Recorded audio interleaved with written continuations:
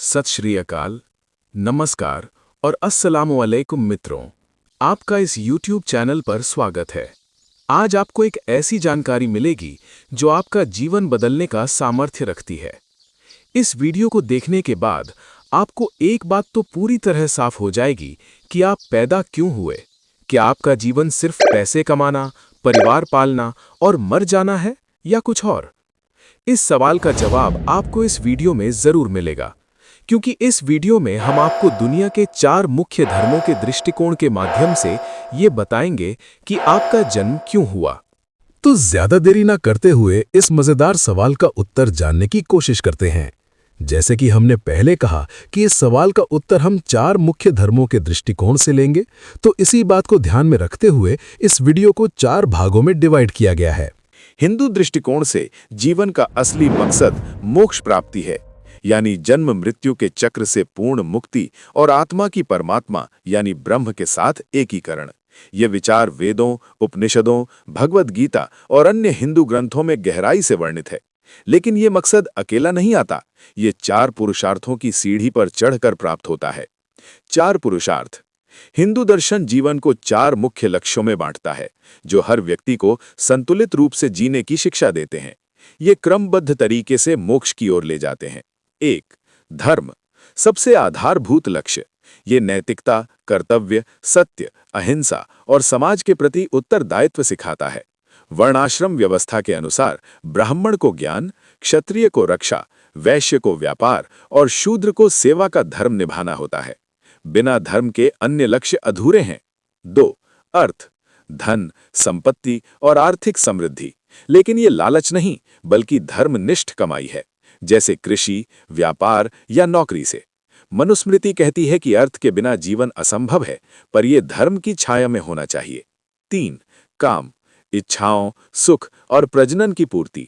ये शारीरिक, मानसिक और कामुक सुखों को कवर करता है, लेकिन विवाह जैसे संस्कारों में सीमित। कामसूत्र जैसे ग्रंथ इसे विनियमित रूप से जीने की कला सिखाते हैं। 4. मोक्ष, अंतिम और सर्वोच्च लक्ष्य।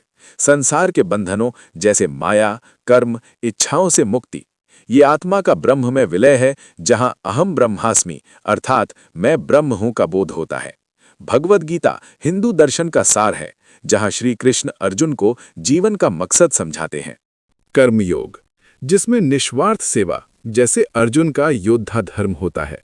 भक्ति योग, जिसमें ईश्वर के प्रति पूर्ण समर्पण होता है। ज्ञान योग, जिसमें विवेक से माया को पहचानना और आत्मज्ञान प्राप्त करना है। श्रीमद् भागवत गीता जी, सभी धर्मों को छोड़कर केवल मेरी शरण में आओ, मैं मोक्ष दूंगा। वेदांत और उपनिषदों का दृष्टिकोण। ऋग्वेद, सत्य एक है, विद्वान उसे कई नामों से पुकारते हैं। जीवन का मकसद उस एक ब्रह्म को जानना।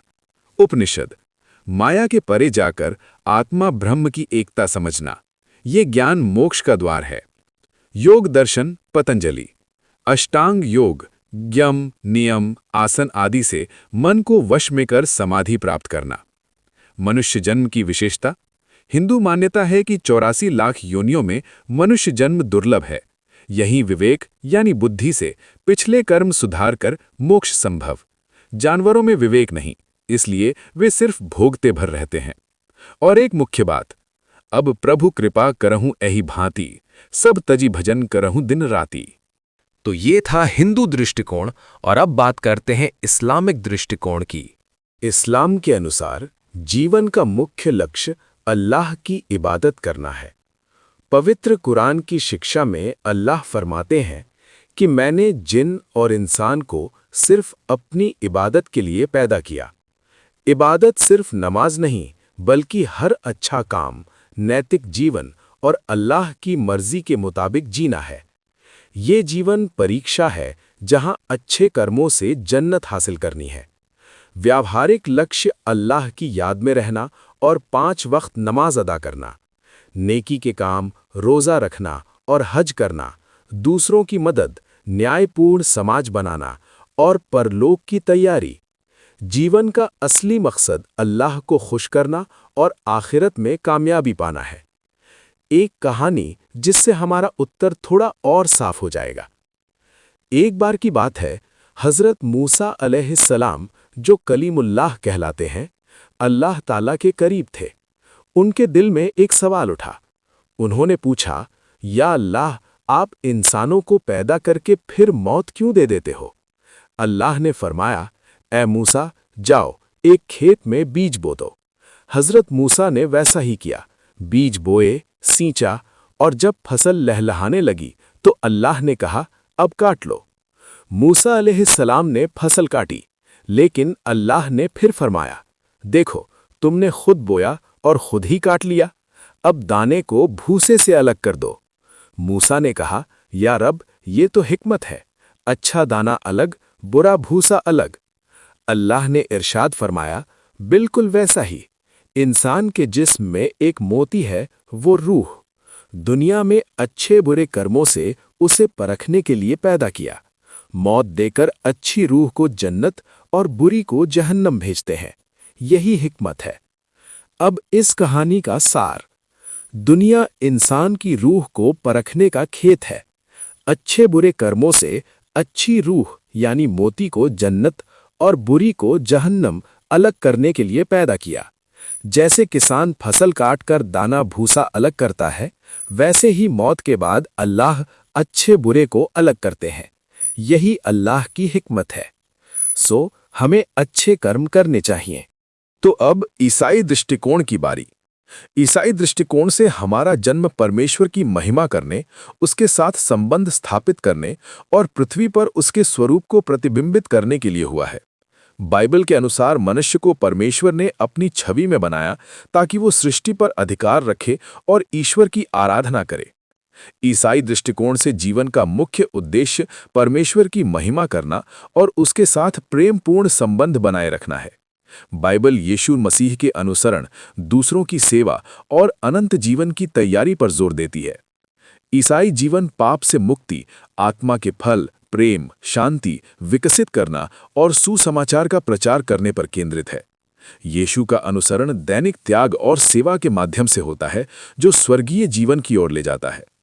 ईसाई दृष्टिकोण से मुक्ति यानी सैल्वेशन जीवन के उद्देश्य का मुख्य भाग है, जो पाप, मृत्यु और ईश्वर से अलगाव से छुटकारा दिलाती है।